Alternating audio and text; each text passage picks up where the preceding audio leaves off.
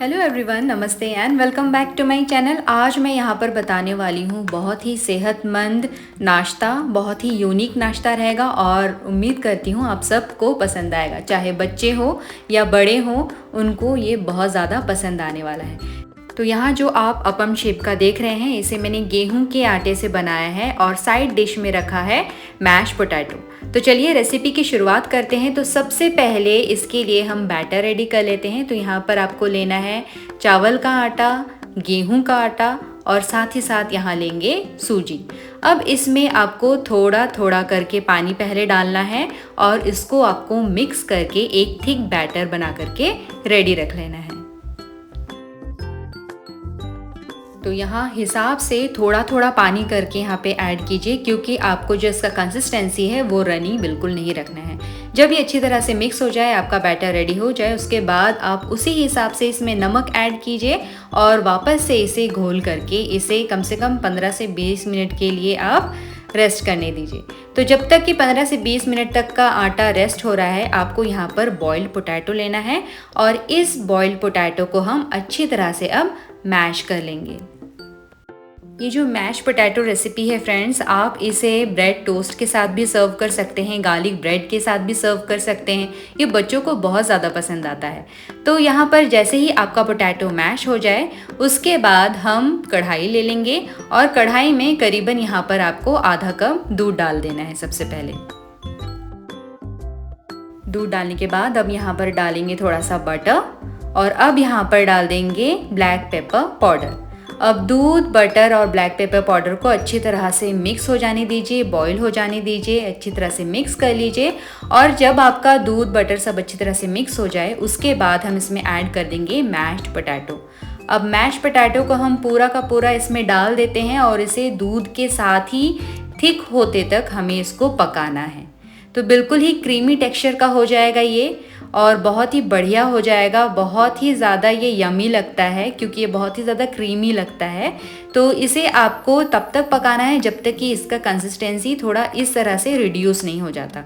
ज़्यादा आपको रिड्यूस नहीं करना है, जस्ट इतना ही करना है, क्योंकि ये ठंडा होने के बाद और ज़्यादा इसका कंसिस्टेंसी सख्त हो जाता है। तो उसी के मुताबिक आप इसमें नमक डालिए और उसके बाद इसे मिक्स कर लीजिए।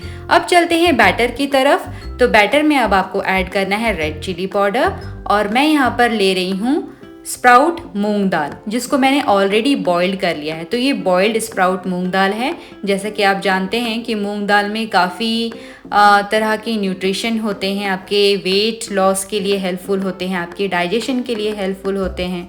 और अब यहाँ पर साथ ही साथ मैं फ्रेश पालक चॉप करके ऐड कर रही हूँ। तो इसमें पालक भी है, मूंग दाल भी है और इसे हम व्हीट फ्लावर से बना रहे हैं। अब इन सब चीज़ों को आप अच्छी तरह से मिक्स कर दीजिए। यहाँ पे आप चेक कर लीजिए नमक ठीक है या नहीं। अगर आपको लगता है कि और नमक डालना है तो आप यहाँ पर इस बीच में डाल सकते हैं।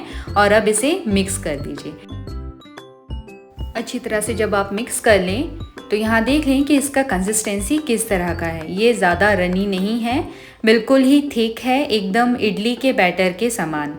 तो इस तरह का कंसिस्टेंसी आपको रखना है।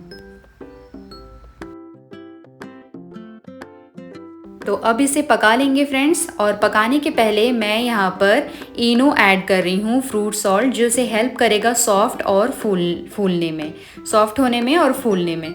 तो इसे मिक्स कर लीजिए पहले अच्छी तरह से। और उसके बाद जो सांचा है उसमें मैं यहाँ पर थोड़ा थोड़ा घी डाल रही हूँ और फिर हम इसे पका लेंगे।